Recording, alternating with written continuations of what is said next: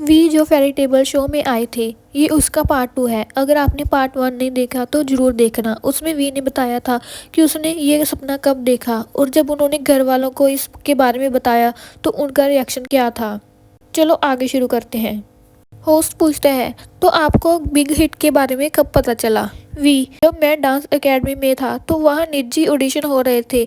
मुझे पता चला कि ये बिग हिट द्वारा ले जा रहे हैं। वी बताते हैं कि उन्हें तब कुछ भी नहीं आता था, इसलिए वो सिर्फ अपने दोस्त के साथ सियोल गए थे, सिर्फ सियोल को देखने के लिए। वहाँ के लोगों को देखने चाहता था। मैं देखना चाहता था कि वहाँ का माहौल कैसा है। मुझे वहाँ सब नया सा लगा।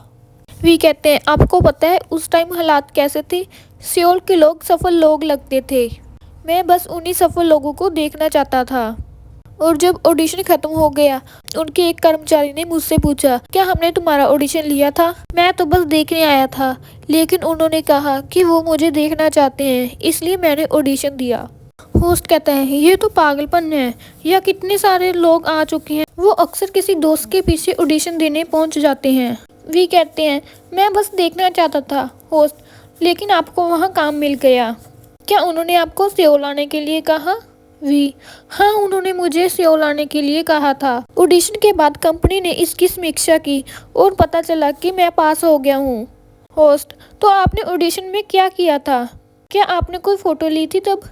वी बताते हैं, नहीं, मैंने कोई फ़ोटो नहीं ली। उन्होंने मुझसे गाने के लिए कहा था। होस्ट, लेकिन आपने तो गाना सीखा नहीं था, है ना? वी कहते हैं, हाँ, मैंने सिर्फ अपनी दादी दादा के साथ बड़े होते हुए पुराने गाने सुने थे, जैसे कि फ्लावर पेटल लव। लेकिन मुझे लगता था कि मैंने काफ़ी पॉप सॉन्ग सुन लिए हैं, इसलिए मैं उन्हें न्यू गाना सुनाना चाहता था। लेकिन मुझे लगता है कि उन्हें ज़्यादा खुशी नहीं हुई, इसलिए मैंने सोचा कि दूसरे राउंड में डांस की कोशिश करूँगा। इसलिए मैंने उस हफ्ते में जो डांस सीखा था, मैंने वही डांस किया, लेकिन मैं फिर भी दूसरे बच्चों के मुकाबले बहुत कम था। फिर उन्होंने मुझसे पूछा कि मैं क्या कर सकता हूँ, तो मैंने रैप करने की कोशिश की। क्या आपने फिर उनसे पूछा कि उनको आप में से क्या पसंद आया था? मुझे लगता है कि मैं उन्हें बहुत दिलचस्प लगा था। मैं कुछ भी नहीं कर पाया था, लेकिन मैंने ऐसे दिखाया कि मुझे सब कुछ आता है। मेरे फेस के भाव बहुत गंभीर थे, इसलिए उन्होंने सोचा कि ये प्रोफेशनलिज्म है। मुझे लगता है कि मैं मुश्किल से पास हो गया। होस्ट कहता है कि पहले के टाइम पर जब कोई भी एक्टर या सिंगर बनने का सपना देखता था तो उसे सियोल आना पड़ता था, लेकिन अब इसकी ज़रूरत नहीं है। हर एक कंपनी के कर्मचारी छोटी छोटी सिटीज़ में जाते हैं। आपको कोशिश करते रहना है। आपका सपना होने में का कोई ना कोई रास्ता तो होता ही है। मज़ेदार बात यह है कि हाइब एक छोटी सी कंपनी थी उस टाइम। लगभग मैंने सुना है कि एंटीना एक बड़ी कंपनी है। होस्ट कहता है, नहीं, मुझे नहीं लगता। ये सुनते ही भी अनदेखा कर देते हैं और नीचे डॉग के साथ खेलने लगते हैं। फिर होस्ट पूछता है कि उसके बाद बिग हिट ने आपको तुरंत सियोल आने के लिए कह दिया था और आप तभी आ गए? वी कहते हैं, हाँ, मैं चला गया था। तब मैं 17 साल का था। मुझे यहाँ छोड़ने के लिए मेरे पिताजी बहुत उत्साहित थे। हम टर्मिनल में उतर गए और हमने टैक्सी लेने का फैसला लिया। हम सियोल की टैक्सी का अनुभव करना चाहते थे। फिर हम एक टैक्सी में चढ़ गए और हम 4 सुरंगों में से गुजरे। होस्ट बोलता है, क्या उसने आपको ठग लिया? वी बोलते हैं, हाँ, हमने सियोल की टैक्सी का स्वाद चखा। फिर मैंने ड्रोम में रहना शुरू कर दिया। वहाँ पहले से ही RM, जे होप, शुगा और जंगकुक वही मौजूद थे। उस टाइम मेरे हेयर्स छोटे छोटे कटे हुए थे, क्योंकि मेरे स्कूल में एकदम छोटे हेयर्स कटवाने जरूरी थे। उन्हें लगा होगा कि मैंने सिर मुंडवा लिया है। फिर होस्ट, जैसे जे होप को लगता था कि RM, शुगा सब पहले से ही तैयार हैं, लेकिन उनके पास सिर्फ एक ही चीज़ है, वो है उनका डांस। क्या आपको भी ऐसा कुछ लगा था? वी, सच कहूँ तो वहाँ पहुँचना ही मेरी आधी सफलता थी, क्योंकि मैं सियोल आ गया था। मैं इसी में इतना खुश था, इसलिए मैंने ज़्यादा कुछ नहीं सोचा। होस्ट, आप टीम में तो बहुत जल्दी आ गए थे, लेकिन सबके सामने आप सबसे लास्ट में आए थे। उन्होंने आपको कुछ बताया था कि वो ऐसा क्यों कर रहे हैं? वी कहते हैं, हाँ, उन्होंने मुझे वजह बताई थी। उन्होंने कहा कि उन्हें लगता है कि कहीं दूसरी कंपनी वाले मुझे जॉब ना दे दें, इसलिए उन्होंने मुझे लास्ट में शो किया। होस्ट, क्या आपको पता था कि आप लेट सामने आएंगे और आप डेब्यू करेंगे? वी, हाँ, मुझे पता था। उन्होंने मुझे स्टेज नाम दिया था। मेरी पहली परफॉर्मेंस के लिए मैंने अपनी दादी को बोला था कि वो 6 बजे ही टीवी चालू कर ले, क्योंकि मैं टीवी में आने वाला हूँ। लेकिन यहाँ 7 लड़के थे जो डांस कर रहे थे। ये पलक झपकते ही गायब हो गया। दादी ने बताया कि उन्हें नहीं पता कि उन्होंने क्या देखा। उन्हें बहुत मुश्किल से यकीन हुआ कि मैं टीवी में आ रहा हूँ, क्योंकि मैं इतनी जल्दी आकर चला जाता था कि उन्हें समझ ही नहीं आ रहा था। वो देखकर कह रही थी, क्या ये वही है, क्या ये वही है, और ये गायब हो जाता। क्योंकि दादी ने मुझसे कहा कि वो मुझे नहीं देख पा रही, तो मैं थोड़ा महत्वाकांक्षी हो गया था। मैंने सोचा मुझे टीवी पर दिखना बहुत ज़रूरी है, इसलिए जब भी कैमरे की लाल बत्ती जलती तो मैं कुछ टाइम तक ऐसे ही खड़ा रहता और सोचता, क्या अब उन्होंने मुझे पहचान लिया होगा। ओवी तुम कितने क्यूट हो। होस्ट, आपने 2013 में डेब्यू किया, फिर फायर एल्बम 2015 में आने से पहले डेब्यू के बाद 3 साल का टाइम लगा। सच कहूँ तो कंपनी या लोगों की उम्मीदें की तुलना में ऐसा नहीं था कि आपने डेब्यू किया और तुरंत आपको आर्मी की तरह फैन बेस मिल गया हो।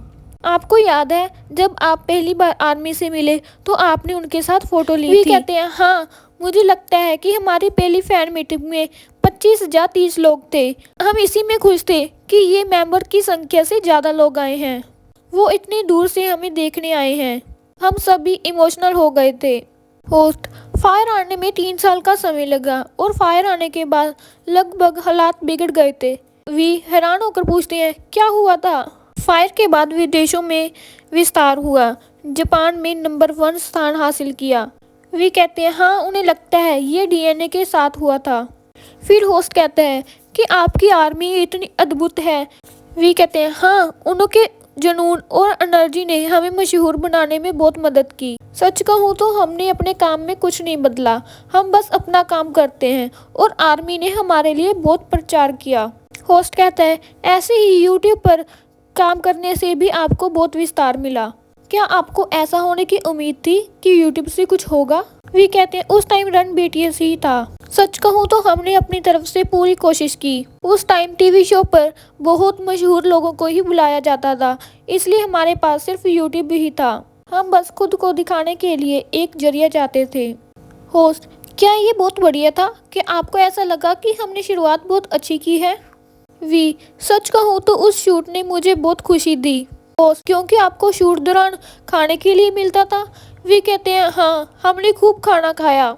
जब लोग मुझे ब्रेक लेने के लिए भी कहते तब भी मैं खेलता रहता था। लोगों को भी ये बहुत अच्छा लगा। होस्ट, बीटीएस के जरिए ही आर्मी नाम फेमस हुआ है। वी कहते हैं सच कहूँ तो आर्मी बीटीएस से भी ज़्यादा फेमस है। होस्ट, आर्मी बहुत ही विनम्र थी, एक ऐसी फैंडम जिसने अपनी सीमा बनाई रखी। वी, हम सब मेंबर को जो बात सबसे अच्छी लगी कि जब हम एयरपोर्ट पर जाते तो उन्होंने एक पर्पल लाइन बनाई थी सबकी सेफ्टी के लिए, ताकि हम वहां से सेफ्टी के साथ गुजर सकें। फिर होस्ट खाने को देता है और कहते हैं इसके साथ कोका कोला बहुत अच्छा लगता है। वी कहते हैं ये सब चीज़ों के साथ अच्छा लगता है, मुझे ये बहुत पसंद है। मैं 32 का हो गया हूँ लगभग, और लगभग 28 साल हो गए हैं। होस्ट, क्या आपकी दादी ने आपको ये पीने दिया था। वी, सच में हाँ, मुझे मेरी दादी ने इसे पीने दिया था, मैं झूठ नहीं बोल रहा। वी कहते हैं ये बिल्कुल नॉर्वे की जैसा है। नॉर्वे वाली दादी और मेरी दादी की किमची एक साथ रख देते हैं, अच्छा रहेगा दोनों दादियों की बैठक। वी कहते हैं आप मेरी दादी की किमची टेस्ट करना चाहोगे। होस्ट, आप लोग ग्रैमी अवार्ड्स में 2 बार गए हो, एक बार कोविड से पहले और दूसरी बार कोविड के बाद। जब आपने परफॉर्म किया आप एक एक्ट्रेस से बात कर रहे थे, क्या आप लोग अच्छे दोस्त हो। वी बताते हैं नहीं, ऐसा कुछ नहीं है, मुझे कुछ डायलॉग मिला था, मैं बस वही बोल रहा था, मुझे याद नहीं है कि मैंने क्या बोला। होस्ट, आप दोनों को बहुत ही खूबसूरती के साथ दिखाया गया था। हम सब जब स्टेज पर होते हैं तो हम एक भूमिका निभाते हैं, हम एक स्टोरी बनाते हैं और उसे ही फॉलो करते हैं, हमें ये करना बहुत अच्छा लगता है। होस्ट कहता है वो जैकेट बंद करने वाला डांस उन्हें बहुत अच्छा लगा, आपने ये कैसे किया था। वी, हमें ये कोरियोग्राफर ने गांठ बांधना सिखाया था। होस्ट, तो फिर ये एक झटके में ही कैसे खुल गया। वी कहते हैं उस मामले में जे होप एक बहुत ही अच्छा डांसर है, अगर जे होप होते तो वो अच्छे से जवाब देते, वो आपको अच्छे से समझा देते। होस्ट कहता है तब आप बहुत बिजी थे, आपको एक डांस फिर से कोरियोग्राफ करना पड़ा था, तो आप ये कोरिया में आके करते हो। वी कहते हैं नहीं, हमारे पास विदेशों में भी प्रैक्टिस स्टूडियो है। होस्ट वो वर्ल्ड स्टार के बहुत अलग होते हैं। वी बताते हैं जब वो विदेशों में प्रैक्टिस कर रहे होते हैं तो बाकी के सिंगर और एक्टर्स भी उन्हें देखने आते हैं और आरएम उनका नेतृत्व करते हैं और हम सब बस ऐसे चुप होते हैं। होस्ट पूछता है आपकी एल्बम कब रिलीज़ हो रही है। वी बताते हैं 20 मार्च को, इसलिए हम बहुत प्रैक्टिस कर रहे हैं। फिर होस्ट पूछता है प्रैक्टिस के टाइम सबसे सख्त कौन होता है। वी बोलते हैं जे होप वो बेहद सख्त है। वी कहते हैं कि अब हम 30 साल के हो चुके हैं, जब हम 30 के हो जाते हैं तो सहन शक्ति वापस लाना बहुत मुश्किल काम है। और फिर अचानक वी कहने लगते हैं वो पूरी तरह से तैयार हैं, उन्हें पता भी नहीं है कि थकावट क्या होती है, लेकिन 20 और 30 में डांस करना अलग है। लेकिन जेहोप थके हुए होंगे, फिर भी वो ऐसा खुशनुमा माहौल बना देते हैं और कहते हैं चलो इसे करते हैं, और फिर हम इसे कर देते हैं। और जब भी स्टेज पर हम कोई गलती करते हैं तो हम पीछे मुड़कर ऐसे देखते हैं। होस्ट क्या जेहोप इस मामले में प्रोफेशनलिस्ट हैं। जेहोप बहुत चिल हैं। जब हम छोटे थे तब से डांस के मामले में हमने जेहोप को अपना डांस टीचर माना है, इसलिए जब भी हमें कुछ गलत करते हैं तो हम सबसे पहले जेहोप की तरफ देखते हैं। वे बताते हैं हम अपना अच्छा करना चाहते हैं, हम आर्मी द्वारा जो हमें प्यार मिलता है हम उसे गंवाना नहीं चाहते। होस्ट आपने मामा में लगातार 3 साल प्राइज जीते हैं, मुझे इसके बारे में अच्छे से नहीं पता। आर्मी इसकी पूरी जानकारी रखते हैं, उन्हें संख्या अच्छे से याद रहती है और पूरी हिस्ट्री भी याद रहती है। होस्ट बोलते हैं हमें आर्म को शो में वापस लाना चाहिए। होस्ट पूछता है आप आर्मी में गए, आपको वहाँ कैसे लगा, आप कौन सी पोस्ट पर थे। वी बताते हैं मैं स्पेशल ड्यूटी टीम में था। और फिर होस्ट खड़ा होता है और वी को ऐसे आकर डरा देता है और बोलता है आपको ऐसे कैसे लगेगा। वी शांत हो जाते हैं। होस्ट क्या आपने आर्मी में सच में मार्शल आर्ट सीखा। होस्ट आर्मी में टाइम कैसा लगा, आपको मज़ा आया। वी बताते हैं कि मुझे जाना ही था, इसलिए मैं ज़्यादा टेंशन नहीं लेना चाहता था, मैंने वहाँ बहुत कुछ सीखा। मैं वहाँ सपना देखता कि मैं आर्मी से मिल रहा हूँ, और जब मैं आंखें खोलता तो आगे लोग व्यायाम कर रहे होते।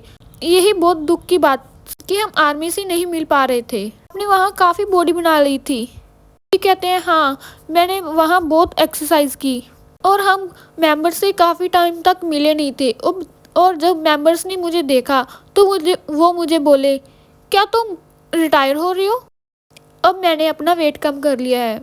फिर होस्ट बोलता है मैंने आर्मी के मेंबर्स के साथ तुम्हारी फ़ोटोज़ देखी, वो तुम्हारी तारीफ कर रहे थे, इसलिए मैंने उन्हें खाना खरीद कर दिया कि तुम बहुत अच्छा कर रहे हो।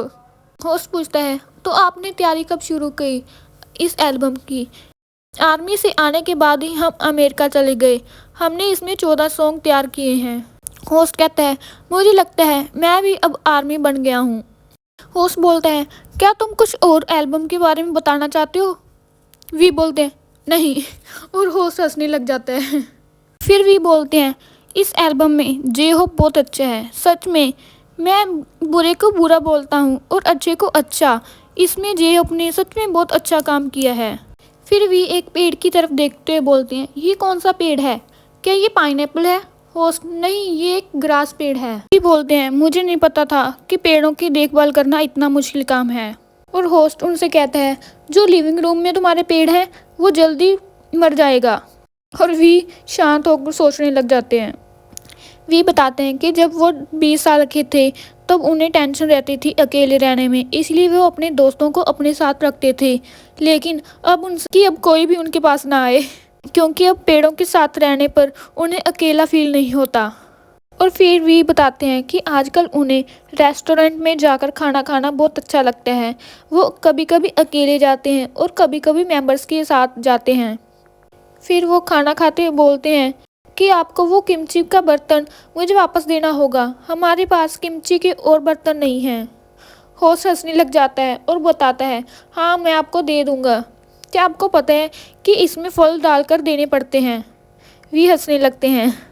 फिर होस्ट पूछता है फिर होस्ट पूछता है कि मैंने सुना है कि आपके माता पिता आपसे 30 मिनट मिलने के लिए 12 घंटे का सफ़र कर कर आए थे और आप तब बहुत रोने लगे थे। वी कहते हैं आपको ये कैसे पता, आपको मेरे माता पिता ने बताया क्या? फिर वी बताते हैं कि हाँ ऐसा ही था, वो इतनी दूर से आए थे और मैं तब प्रैक्टिस कर रहा था। मैंने उन्हें देख लिया था लेकिन मैं प्रैक्टिस छोड़ के नहीं आ सकता था और फिर हमें सिर्फ 10 मिनट ही मिले थे मिलने के लिए। मेरे माता पिता सबके लिए ब्रेड और बनाना मिल्क लेकर आए थे। उन्होंने मुझसे कहा कि मैं इसे मेंबर्स के साथ शेयर करूं और मैंने उनसे स्माइल के साथ बात की। लेकिन जब मैं कार से बाहर आया तो मेरी आंखों में आंसू आ गए और मैं फिर प्रैक्टिस करने लगा। प्रैक्टिस के बाद जब मैंने उन्हें फ़ोन किया तो मुझे अपने पिता की आवाज़ सुनकर लगा जैसे वो भी बहुत रो रहे हों, इसलिए इसके बाद मैं भी बहुत रोया। मैं उन्हें थैंक यू बोलना चाहता था। फिर वो दोनों बात करते हैं कि हम फिर से मिलेंगे। होस्ट कहता है जब मैं आपको किमची का बॉक्स वापस करूँगा तो हम साथ में बैठकर पियेंगे। और इसके बाद वी बाय कहते हैं और वहाँ से चले जाते हैं। आपको ये शो कैसा लगा? इसमें वी ने अपनी पूरी जर्नी बता दी थी कि उन्होंने कैसे शुरू किया और वह कैसे यहाँ तक पहुँचे। आप कमेंट्स में बताना कि आपको ये वीडियो कैसी लगी।